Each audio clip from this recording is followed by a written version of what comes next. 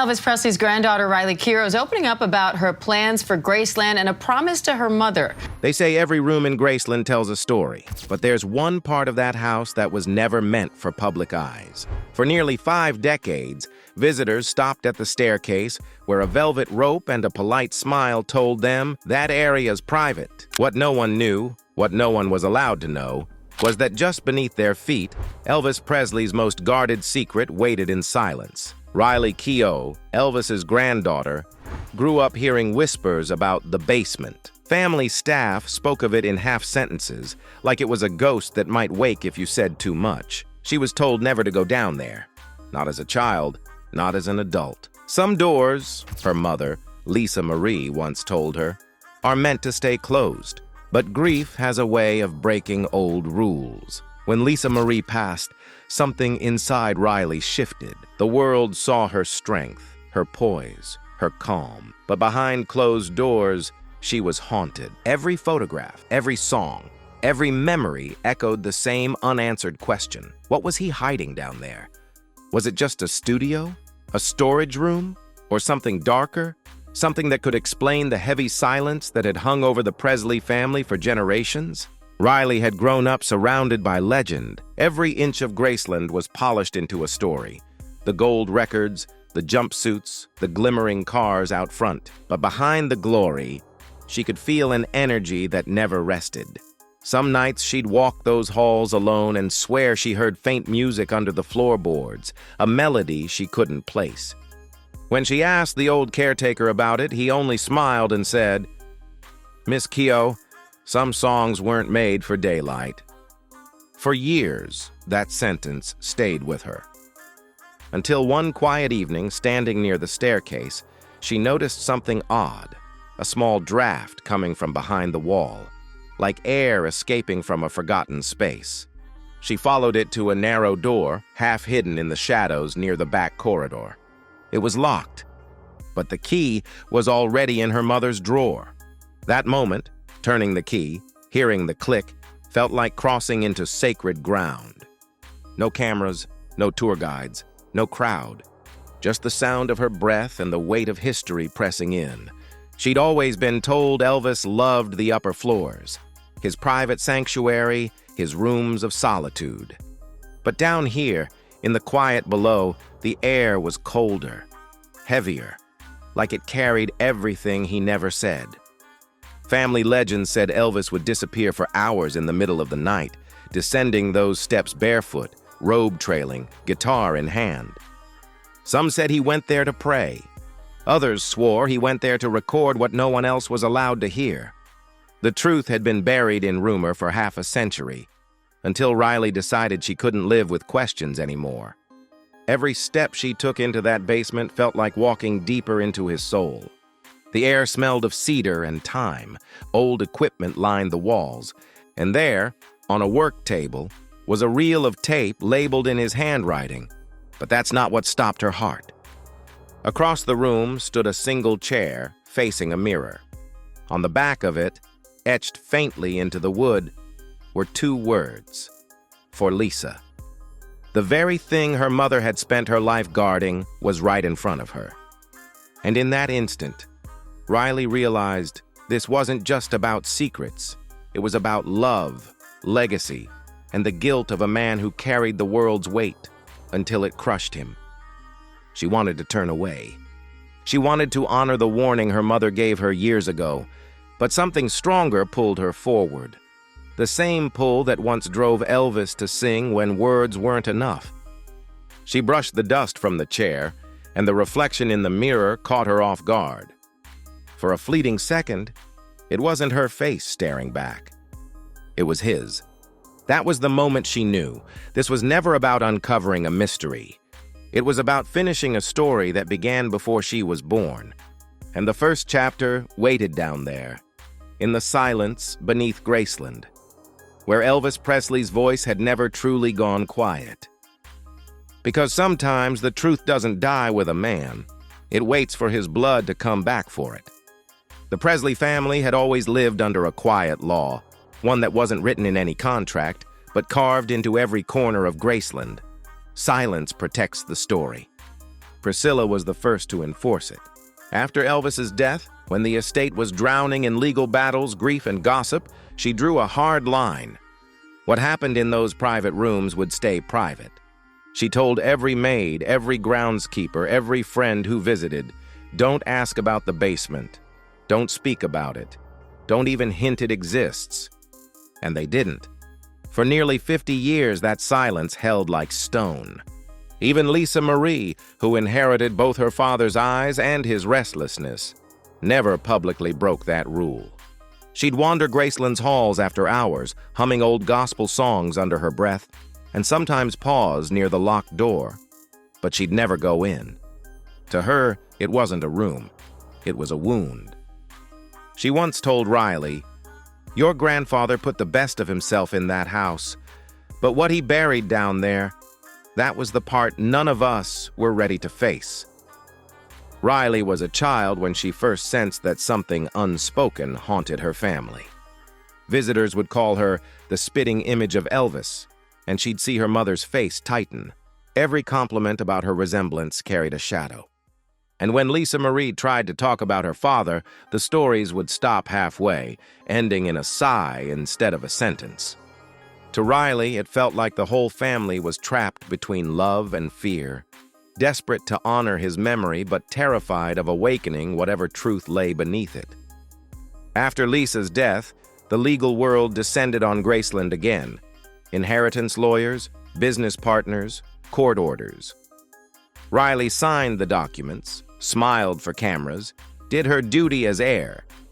But when the reporters left, the house was unbearably quiet. She began sorting through her mother's things, letters, photos, scraps of paper. In one folder marked "Private, Do Not Discard," she found a faded envelope. Inside was a handwritten note, dated 1997. The ink was faint, but the message was clear. "If you ever go down there, don't go alone. It's not what people think. It's what he couldn't say." "Mom." Riley froze. She read it 3 times, trying to understand whether it was meant as a warning or an invitation. The more she read, the less she could tell which it was. In the weeks that followed, she called a few of the older staff, people who'd served the Presley family since the 70s. Most refused to talk. One woman, a retired housekeeper named Della, finally agreed to meet her. Della's hands trembled as she poured the tea. She'd been young when Elvis died, barely 20, but she'd never forgotten the day after. She remembered Priscilla's voice, cold and sharp.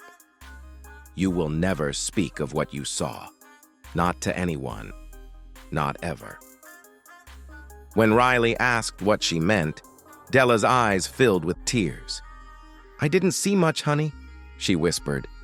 "Just him carrying something down those stairs the night before. A box.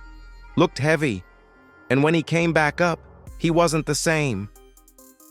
That night, Riley couldn't sleep. Every hallway creaked like it was calling her name. The air felt charged, like the house itself was holding its breath.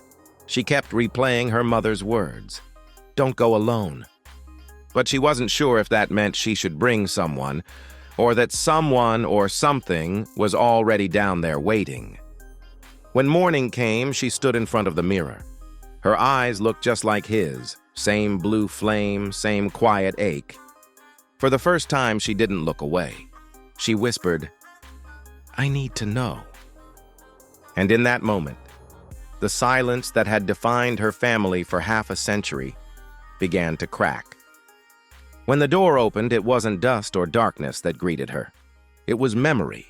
It was music. It was everything her family had spent a lifetime hiding, and everything she had to face to finally understand who Elvis Presley truly was. And somewhere, in that still air below Graceland, the story her mother warned her about was waiting to speak. The door shut behind her with a sound that seemed to echo through time itself. For the first few seconds, Riley couldn't breathe. The air was heavier here, thick with the kind of stillness that only exists in places untouched by years. Every corner of that basement felt preserved. Like time had stopped the moment Elvis took his last breath upstairs. She took a slow step forward. There were boxes stacked neatly against one wall, each labeled in the same slanted handwriting she'd seen on old lyric sheets. Songs in progress, private recordings, Lisa, keep safe.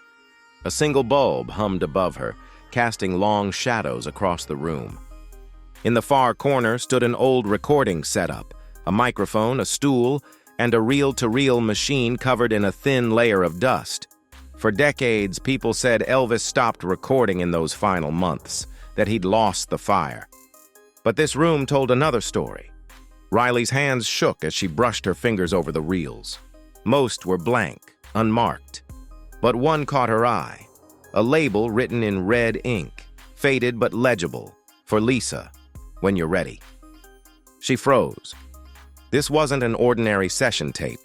It was a message, a goodbye, a confession. She took a deep breath and pressed play. The machine crackled to life, and then his voice. Not the polished, powerful voice the world knew. This was softer, slower, almost fragile. It was Elvis Presley, speaking, not performing.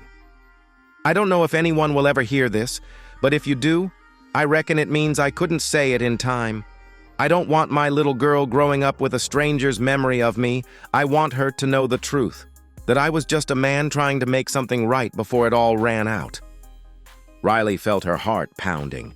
He went on to talk about the pressure, the loneliness, the nights he couldn't sleep because the weight of being Elvis Presley had become too heavy to carry.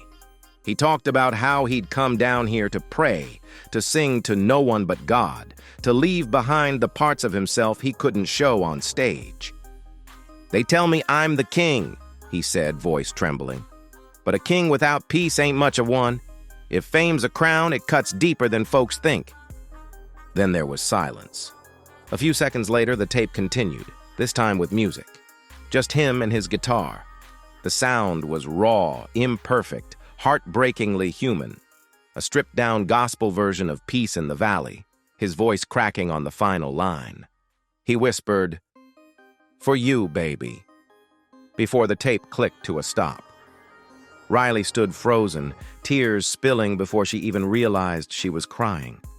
She understood now why her mother and grandmother had guarded this room like a tomb. It wasn't just music. It was his soul on record. And some souls are too sacred for the world to consume. But as she looked closer, she saw another reel lying beside it, marked in bolder letters, August 16th, 1977, do not play. Her breath caught. That was the day he died.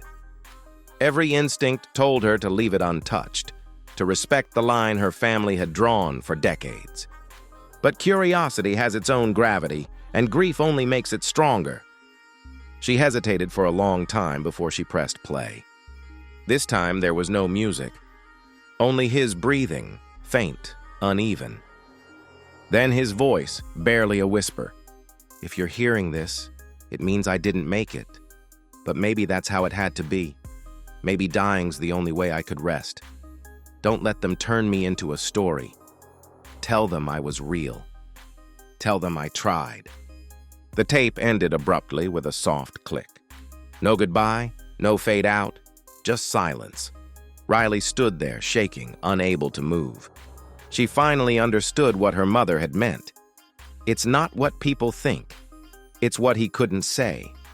The world had seen Elvis as a myth, but what he left in that basement wasn't legend. It was confession. She looked around the room one last time and whispered, "You did try, Grandpa." And for the first time, she didn't feel like she was standing in a tomb. She felt like she was standing in the place where his spirit finally found peace. But even as she turned to leave, one last question burned in her mind. If her mother and grandmother knew this truth all along, why did they hide it for so many years? That answer waited upstairs, and it was about to change everything Riley thought she knew about her own family. When Riley climbed those stairs again, the world above didn't feel the same.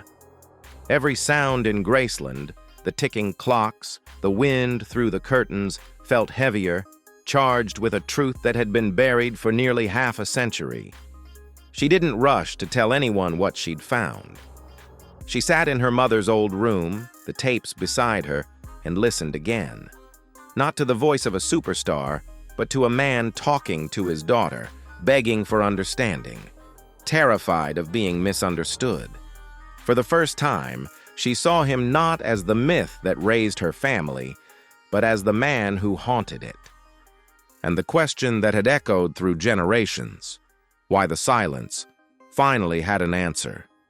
It wasn't shame, it wasn't greed, it was love. Priscilla and Lisa had protected that basement because it was the only part of Elvis that still belonged to them. Everything else, his image, his music, his memory, had been sold, dissected, commercialized. But down there in that hidden space was the one thing the world could never buy, his truth. Riley understood that now, but she also knew that keeping that truth locked away meant the world would never know the real man who gave them everything. And so quietly, without an announcement or press release, she made a decision that defied decades of family silence. She contacted an audio restoration expert she trusted and asked one question: "Can you make his voice clear again?" Weeks passed. The experts confirmed what she already knew in her bones. Every tape was authentic. The recordings weren't staged, weren't scripted, weren't meant for history. They were Elvis Presley's last conversations with God, his daughter, and his own soul. In one of them, he spoke of feeling trapped by fame, of wanting to disappear, of dreaming of a place where I can be a man again, not an image. And in another, his tone softened, almost peaceful. "If one day my family forgives me for all the things I didn't say, maybe that's when I'll rest." That line broke her, because she realized forgiveness had already come. It just took 48 years, and a granddaughter brave enough to listen. When the time came to reveal what she'd discovered, Riley didn't choose a press conference. She chose a small, private moment, standing in the Graceland garden beside her mother's grave. She placed a copy of the first tape inside a sealed box and whispered, "It's time they heard you." A few weeks later, fans around the world noticed something unexpected. At the anniversary vigil, the Graceland sound system played a short recording, just a voice, raw and trembling, saying, "Thank you for loving me. I never forgot you." No one knew where it came from. Some thought it was a deep fake, others claimed it was a studio outtake. But Riley knew it was his, the final gift of a man who had been gone almost 50 years, yet somehow never truly left. That night, millions of people lit candles outside Graceland. Some cried, some smiled. But for the first time, it felt like the world wasn't mourning a legend. It was listening to a man. A flawed, brilliant, broken man who spent his last nights not chasing fame, but recording his truth in the dark beneath his own home. Riley didn't stop there. She arranged for the tapes to be archived properly, not for profit, but for preservation. Future generations would hear them and know who he really was. Not the king of rock and roll, but the father, the dreamer, the believer who left pieces of his heart in a hidden room. And as she walked through Graceland one last time before it reopened to the public, she stopped by that basement door. It was still locked, but she smiled, because the secret wasn't in the basement anymore. It was alive again, carried by every person who finally understood that the greatest thing Elvis ever left behind wasn't fame. It was his voice, whispering the truth through blood, through time, through her. When Riley stepped into the sunlight, she wasn't just Elvis's granddaughter anymore. She was the keeper of his redemption. And for the first time since 1977, Graceland felt alive with peace. If you believe Elvis's real story deserves to be told, not the myth, but the man, share this video. Comment below, should Riley release the final tape, or should his last words remain sacred to the family? Because after 48 years, the choice belongs to all of us now.